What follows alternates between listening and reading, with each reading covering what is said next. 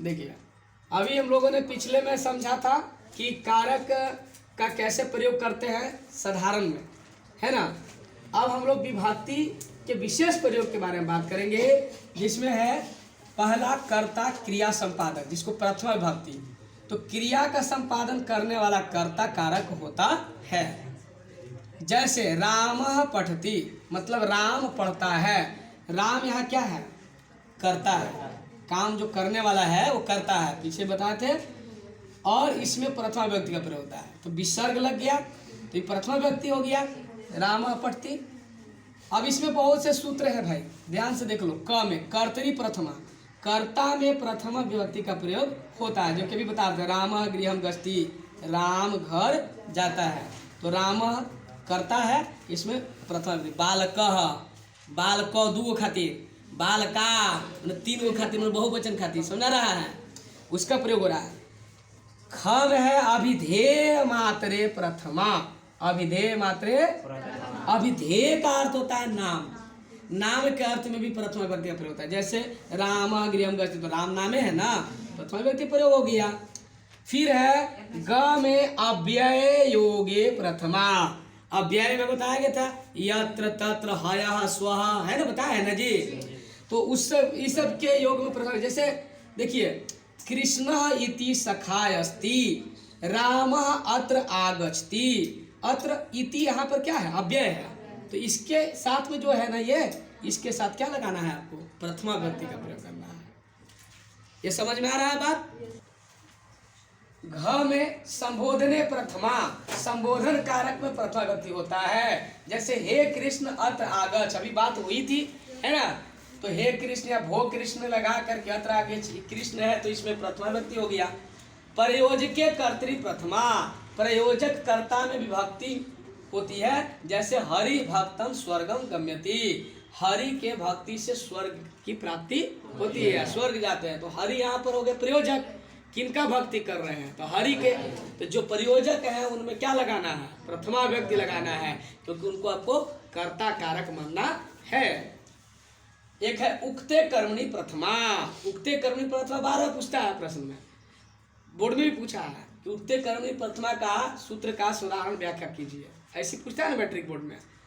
कर्मवाच्य, इसका मतलब है कर्मवाच्य में कर्ता में कर्म में ही प्रथमा व्यक्ति होता है। क्योंकि आप पढ़े हैं ना कि राम आम खाता है, तो ये कर्ता यहाँ प्रधान है, तो ये कर्तृवाच्य है।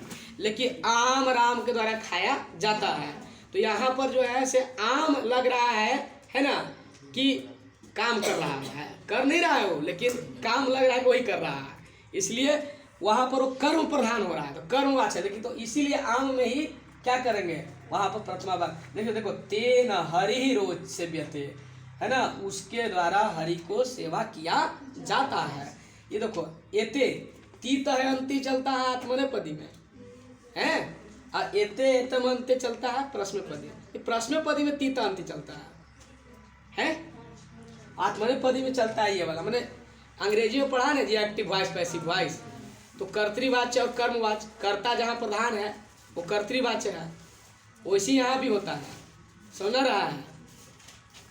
दूसरा है कर्म कारक द्वितीय विभक्ति, कर्ता की अत्यंत इच्छा जिस काम को करने में हो उसे कर्म कहते हैं। इसमें है कर्मणि द्वितीया, कर्म में द्वितीय विभक्ति का प्रयोग होता है। जैसे कि वह पुस्तक पढ़ती है, सा पुस्तकम पठती, पढ़ कोची रही है पुस्तक, तो पुस्तक यहाँ पर कर्म कारक है। इसमें बालकम द्वितीय विभक्ति लगाते थे ना, वैसी पुस्तकम लगाना। मोहना फलम खाती, मोहन क्या खा रहा है? फल खाता है, तो फलम लग गया।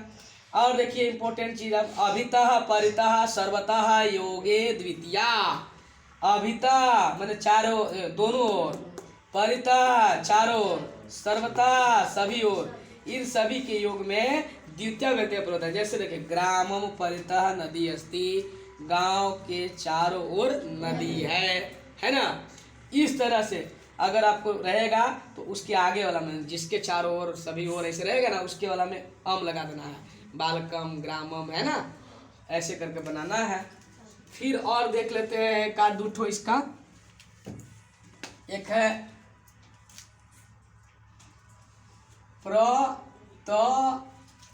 प्रतयनुधिंग, प्रत्ययनुधिंग निक्सा अंतरा अंतरेण यावदीभः।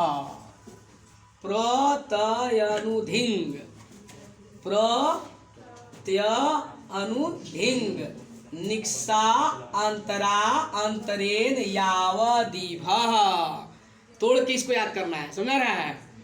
अब क्या क्या है भाई, इसमें बहुत सा चीज है।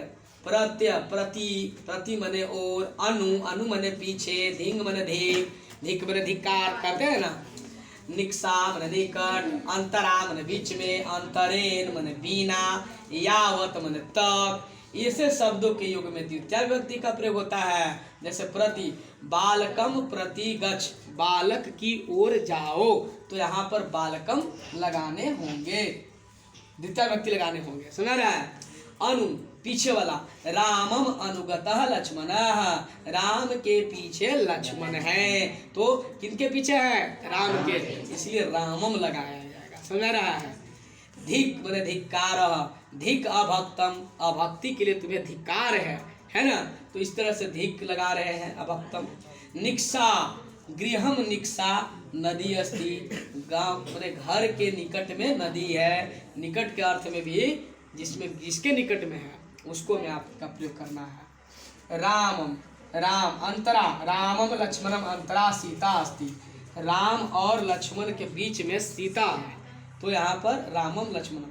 अंतरेण माने बिना, कृष्णम अंतरेण राधा खिन्ना, कृष्ण के बिना राधा अप्रसन्न है या दुखी है, समझ में आ रहा है। खिन्ना माने क्या होता है, दुख।